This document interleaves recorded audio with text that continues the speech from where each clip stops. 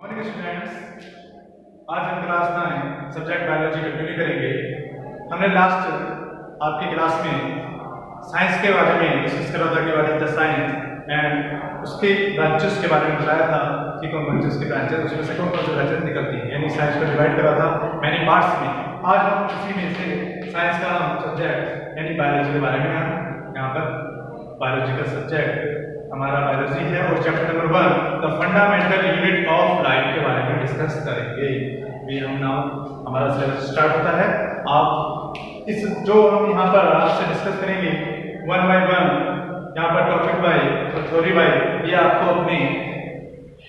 आपको हेल्प करेगा आपके नोट्स बनाने में। आपकी जो बुक हैं और नोटबुक हैं उन दोनों को द्वारा आप अपनी प्रिपरेशन कर सकते हो अपने घरों पर जब तक ये लॉकडाउन रहेगा। तो हम अपने जो हमारी बुक्स हैं उसी का फर्स्ट चैप्टर है the fundamental unit of life, हम इसको कंटिन्यू करते हैं। Okay, first is introduction. हमारा द फंडामेंटल ऑफ लाइफ का इंट्रोडक्शन के बारे में सबसे पहले इंट्रोडक्शन, इसमें हमें क्या करना है, इंट्रोडक्शन क्या होता है फंडामेंटल यूनिट ऑफ लाइफ का। सबसे पहले फंडामेंटल क्या है लाइफ का ये समझेंगे। तो इंट्रोडक्शन, तो there are about 8.7 millions of living organism और the living organism are cellular in nature. They are formed of microscopic units called cells. Means यानी कि जो लिविंग ऑर्गेनिज्म होते हैं उनकी जो सेलुलर स्ट्रक्चर होती है उसको हम क्या कहते हैं, सेल्स कहते हैं। और ये सेल्स क्या होती है, लिविंग किसी भी लिविंग ऑर्गेनिज्म की एक बेस होती है, उसकी यूनिट होती है जहाँ से वो स्टार्ट होता है कोई भी लिविंग ऑर्गेनिज्म। मीन्स 8.7 मिलियंस पहले किसी लिविंग ऑर्गेनिज्म यानी लिविंग सेल्स की के बारे में ऐसा साइंटिस्ट बताते हैं। एक थ्योरी बनी, यानी कि सारे साइंटिस्टों द्वारा ये बताया गया, लगभग एक मत तो अभी तक किसी का पर्टिकुलर नहीं है, लेकिन अधिकतर ये माना गया कि लगभग जो हमारे अर्थ पर जीवन संभव हुआ है लगभग 8.7 मिलियंस यानी कि उस समय स्टार्ट हुआ था। और स्टार्ट किससे हुआ था, सेल्स, यानी कि जो बेसिक स्ट्रक्चर होता है किसी भी लिविंग ऑर्गेनिज्म का या उसकी यूनिट होती है वो कौन होती है, सेल होती है। अब नेक्स्ट, अब सेल को ही हम कंटिन्यू करते हैं।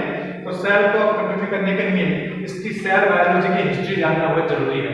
क्यों? क्योंकि हमें पता है जब तक हमें सेल के बारे में इंफॉर्मेशन नहीं होगी जो उसकी हिस्ट्री है तब तक हम इसके बारे में डिटेल से आगे कंटिन्यू नहीं कर पाएंगे। क्योंकि इसकी हिस्ट्री जानना बहुत जरूरी है कैसे कैसे करना, क्योंकि ये हमारे एग्जाम में आती है, हमारे एग्जामिनेशन में हेल्प होता है, क्योंकि बहुत सारे क्वेश्चन इससे पुट अप करे जाते हैं।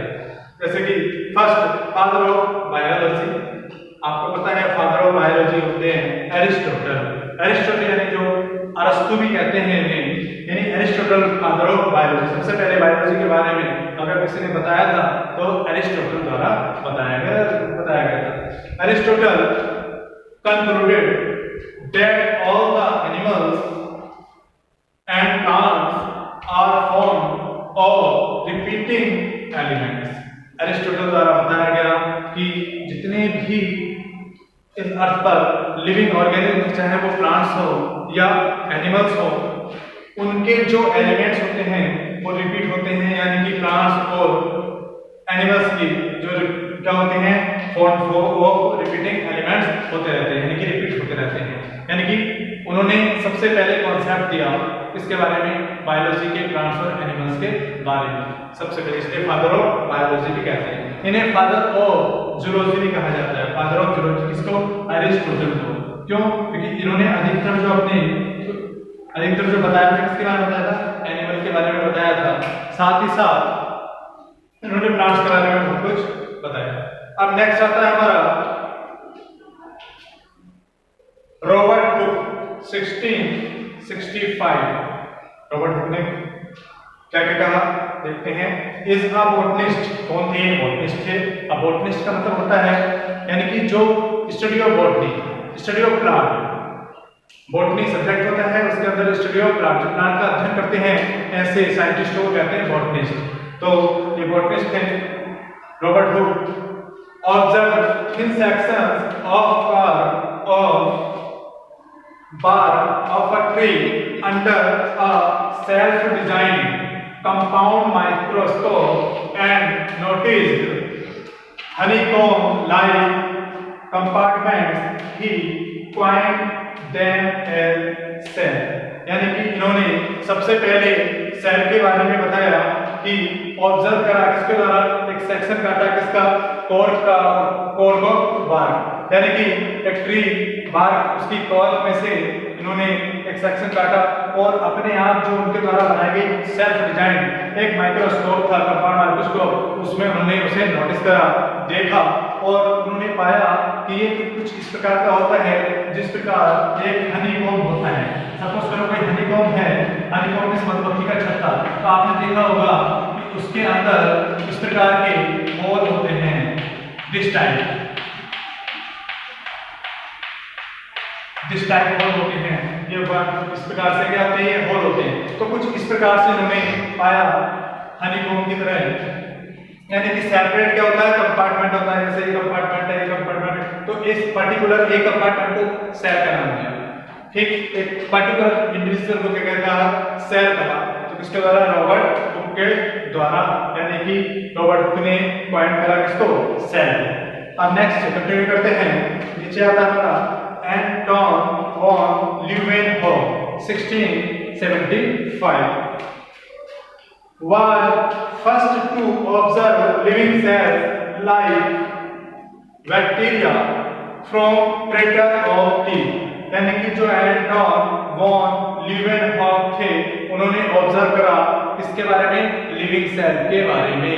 और वो लिविंग सेल उन्होंने कहां पर फाउंड करे, वो लिविंग सेल उन्होंने फाउंड करे टीथ के क्रेटर में, लिविंग सेल्स फाउंड करे और किस रूप में, बैक्टीरिया के रूप में। नेक्स्ट हमारा एंड्रू प्रपोज्ड, एंड्रू यानी कि एक आपका रॉबर्ट हो गया, एक आपका एंटोन वॉन ल्यूवेनहोफ हो गए, और नेक्स्ट है एंड्रू। ये सब के सब क्या है, साइंटिस्ट है, ये इनका महत्वपूर्ण योगदान है सेल बायोलॉजी में, बहुत महत्वपूर्ण योगदान है।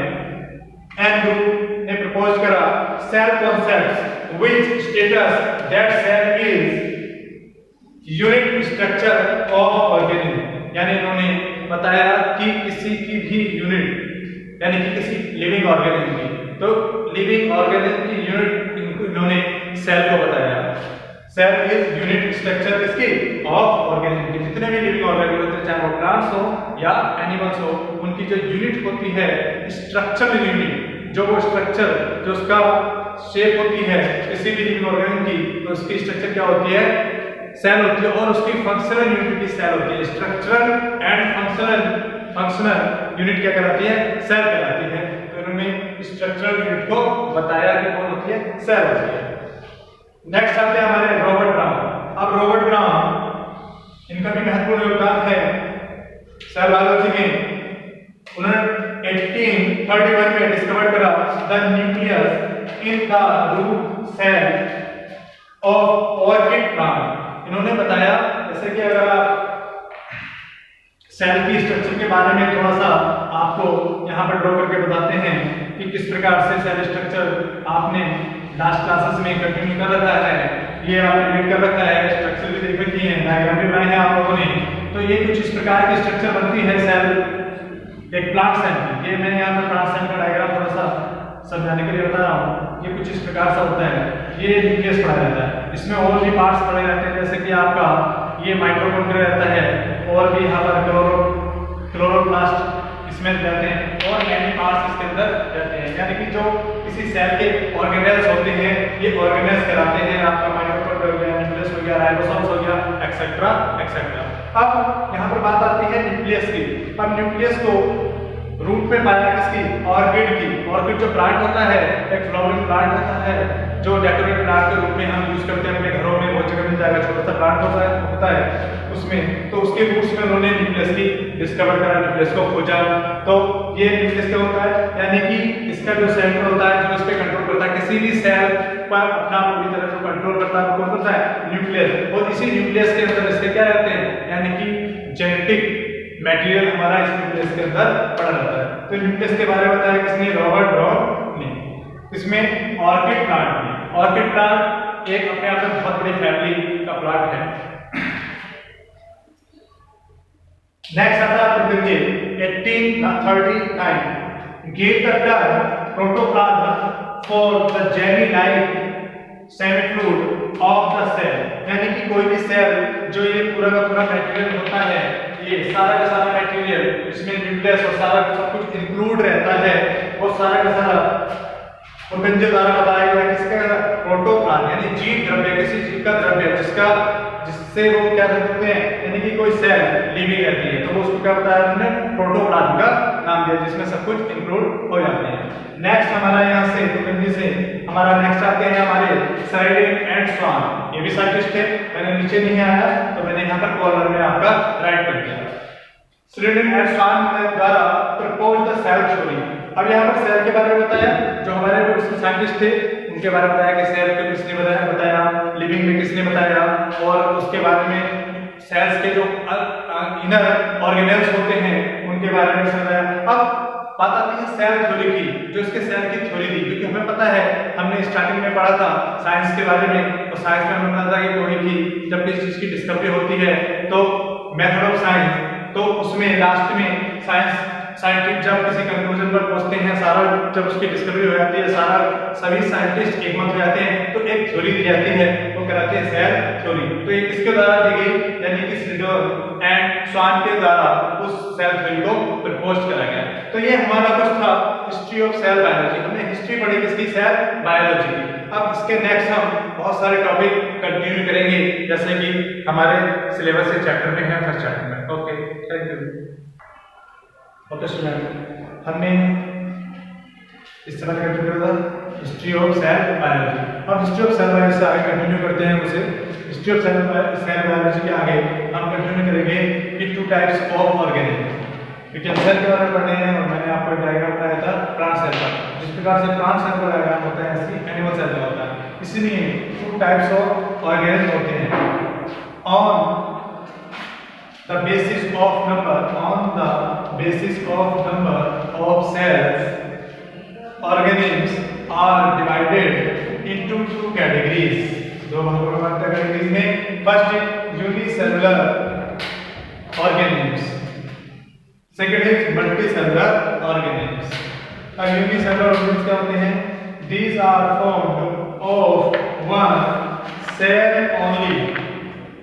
Example protozoans like Chlamydomonas, amoeba, paramecium, second is yeast cell and bacteria। अब यूनिसेलुलर ऑर्गेनिज्म क्या होते हैं? यानी कि जो सिंगल सेल से बने होते हैं, सिर्फ सिंगल सेल होती है, उसमें सिर्फ और सिर्फ इंडिविजुअल वन सेल होती है, वो सारे हमारे क्या कहते हैं? कहलाते हैं यूनिसेलुलर ऑर्गेनिज्म कहलाते हैं। अब यूनिसेलुलर ऑर्गेनिज्म यानी सिंगल सेल वाले अपना वर्क भी कैसे करते हैं? उसी सेल के अंतर्गत जितने भी उसके ऑर्गेनेल्स होते हैं, उसका माइटोकॉन्ड्रिया, जो भी उसके अंदर ऑर्गेनेल्स होते हैं, उन्हीं के द्वारा वो क्या करते हैं? उस सेल्स के अंदर जितने भी फंक्शन होते हैं कुछ पर्टिकुलर ऑर्गेनेल्स के द्वारा कंटिन्यू रहते हैं। सेकंड हमारा मल्टीसेलुलर ऑर्गेनिज्म। अब मल्टीसेलुलर ऑर्गेनिज्म से यहाँ से स्पष्ट हो रहा था, यानी कि यहाँ पर सिर्फ सिंगल सेल और यहाँ पर क्या मेनी सेल्स, यानी किसी भी ऑर्गेनिज्म को जो बनाने में हेल्प करती हैं तो मल्टीसेलुलर होती है, यानी कि वो बहुत सारी सेल्स मिलकर कोई जब ऑर्गेनिज्म बनता है तो मल्टीसेलुलर ऑर्गेनिज्म कहलाता है। These are formed of many cells and are also called metazoans। हम वहाँ पर क्या कर रहा था? यानी कि हमारे वहाँ पर प्रोटोजोन्स थे, कौन से? जैसे लाइक क्लेमाइडोमोनास, अमीबा, पैरामीशियम। यहाँ मेटाजोन्स हैं। जैसे एग्जाम्पल के रूप में most of fungi, higher plants and animals, ये सारे क्या कहते हैं? Multicellular organism. जैसे कि ह्यूमन बॉडी, एनिमल, ये सारे क्या मल्टीसेलुलर, यानी कि इंडिविजुअल सेल से मिलकर नहीं बने बल्कि मल्टीसेलुलर ऑर्गेनिज्म होते हैं। ये बहुत सारी सेलों से मिलकर बने होते हैं, इसलिए हम मल्टीसेलुलर ऑर्गेनिज्म कहलाते हैं। हायर प्लांट भी होते हैं, जितने भी प्लांट्स हैं क्या है? मल्टीसेलुलर ऑर्गेनिज्म है, यानी अनेक सेलों से मिलकर बने होते हैं, वो सारे मल्टीसेलुलर ऑर्गेनिज्म कहलाते हैं। अब यूनिसेलुलर और मल्टीसेलुलर ऑर्गेन। अब यूनिसेलुलर ऑर्गेन और मल्टीसेलुलर ऑर्गेन को हम इस प्रकार से डिफरेंशिएट कर सकते हैं जिससे कि हमें स्टडी करने में, रीडिंग करने में इजी हो। तो इस प्रकार से इसको डिफरेंशिएट कर सकते हैं। यानी इधर हमने लिख दिया तो यहाँ पर राइट कर रखा आपका यूनिसेलुलर ऑर्गेनिज्म और यहाँ पर हमने राइट कर रखा मल्टीसेलुलर ऑर्गेनिज्म। फर्स्ट हमने बताया था नंबर ऑफ सेल के बारे में, इसमें सिर्फ ओनली सिंगल होती है, वन होती है और इसमें मेनी सेल्स होती है। सेकंड, डिवीजन ऑफ लेबर, यानी कि डिवीजन ऑफ लेबर मींस जो लेबर करता है, वर्क करता है, उसको डिवीजन करा गया है। तो किसके द्वारा करा गया है? सेल ऑर्गेनेल्स के द्वारा। मैंने पहले आपको कंटिन्यू करा था कि जो सेल्स के अंदर जो उसके ऑर्गन्स होते हैं, माइटोकॉन्ड्रिया है, न्यूक्लियस है, मैनी जो ऑर्गन्स होते हैं वो वर्क करते हैं इसको, यानी कि जो भी लेवल होती है वो डिवीजन होता है, उन्हीं के अंदर होता है एक पर्टिकुलर सेल के अंदर जो यूनिसेलुलर होती है। जबकि हम इसके अपोजिट देखें मल्टीसेलुलर ऑर्गेनिज्म में तो डिवीजन ऑफ लेबर कैसा होता है? सेलुलर, यानी बहुत सारे सेल मिलकर क्या करते हैं, वर्क करते हैं, या टिश्यू और टिश्यू। हमें एक बात और कंटिन्यू करनी है, ध्यान रखनी है। हमें पता है टिश्यू आया तो एक बात हम यहाँ पर कंटिन्यू करते हैं कि सेल जो यूनिट होती है किसी भी लिविंग ऑर्गेनिज्म की। अब ये बहुत सारी सेल यानी unit, structure of cell, structure of जो सेल होती है वो क्या होती है? हमारी यूनिट होती है। यानी किसी भी ऑर्गेनिज्म के लिविंग ऑर्गेनिज्म की यूनिट क्या होती है? सेल होती है। उसकी स्ट्रक्चर एंड फंक्शन यूनिट क्या होती है? सेल होती है। अब ये बहुत सारी सेल मिलकर क्या बनाती हैं? एक सेल को इसे कंटिन्यू करके बहुत सारी सेल, मैनी सेल्स मिलकर क्या बनाती हैं? ये टिश्यू बनाती है। क्या बनाती हैं? टिश्यू बनाती हैं। और यही टिश्यू आगे क्या बनाते हैं? यानी सेल से मिलकर बने होते हैं टिश्यू, और टिश्यू से क्या बनते हैं? टिश्यू आगे चलकर मसल बनाते हैं, मसल। अब यही मसल आगे हम कंटिन्यू करेंगे तो ये मसल हमारे क्या बनाते हैं? यानी कि सेल मिलकर क्या बनाती है? टिश्यू मिलकर क्या बनाती है? मसल। और मसल मिलकर हमारी क्या बनाती है? मसल्स मिलकर हमारी कोई किसी ऑर्गन को बनाती है, ऑर्गन। अब ये सारे ऑर्गन मिलकर हमारे क्या बनाते हैं? Organ system, organ system. और ये ऑर्गन सिस्टम मिलकर हमारी क्या बनाती हैं? हमारी बॉडी का निर्माण होता है, या किसी भी लिविंग ऑर्गेनिज्म की बॉडी का निर्माण होता है।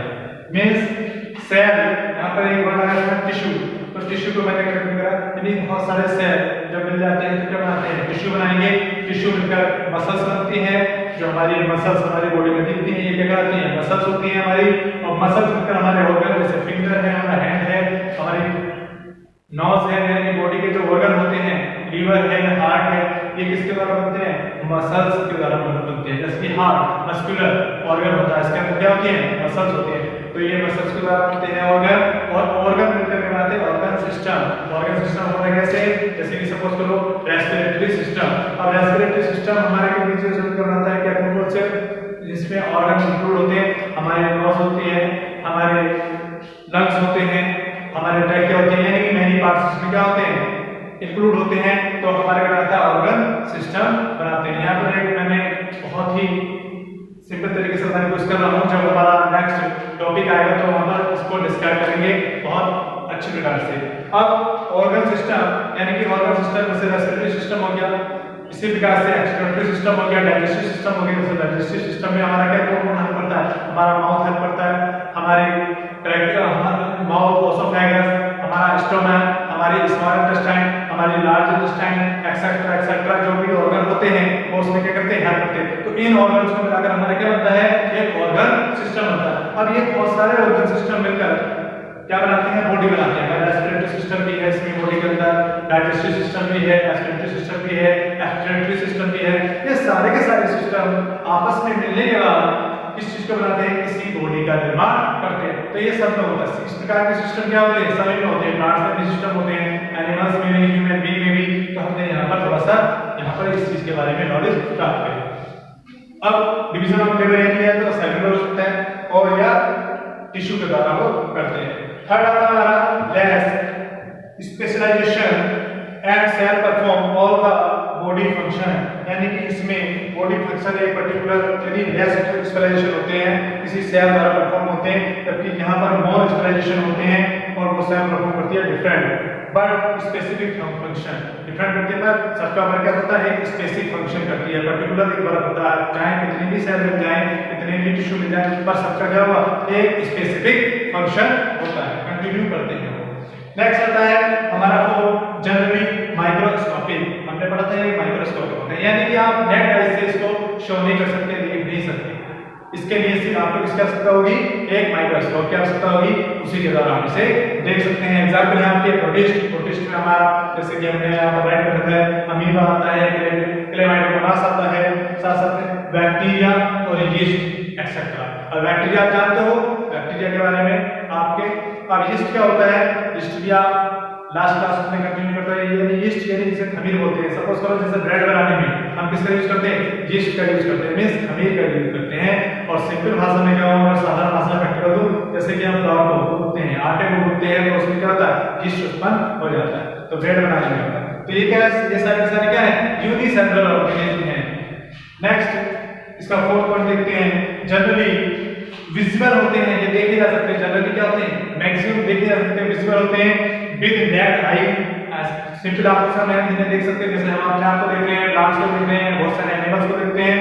मोस्ट ऑफ फंगी, बहुत सारे फंगी होते हैं हमारे, प्लांट्स एंड ऑल एनिमल्स को हम देखते हैं। तो इस प्रकार से हमने इसमें आपस में क्या करा, डिफरेंशिएट करा, जिससे कि हमें इसको क्लियर करने में और इजी हो जाए, इस टॉपिक को क्लियर करने में इजी हो जाए। तो इस प्रकार से हमने पढ़ा कि टू टाइप्स के ऑर्गेनिज्म होते हैं, यूनिसेलुलर ऑर्गेनिज्म और मल्टीसेलुलर ऑर्गेनिज्म। इसी प्रकार से जो हमारे चैप्टर फर्स्ट में फंडामेंटल यूनिट ऑफ लाइफ में अगले जो टॉपिक हैं उन्हें हम कंटिन्यू करते रहेंगे नेक्स्ट क्लासेस में। ये हमारा टॉपिक क्लियर हुआ। इसे अपनी बुक की हेल्प से अपनी नोटबुक में राइट कीजिएगा। यहाँ से हमारे द्वारा जितना भी आपको मेंशन करा जा रहा है, बोर्ड जो भी समझाया जा रहा है, साथ साथ में अपनी जो आपकी स्कूल द्वारा लगाई गई बुक है उसकी हेल्प द्वारा अपने नोट्स इस नोट डाउन में घर बैठ कर बनाइए और अपनी स्टडी कीजिए और आप रीडिंग कीजिए।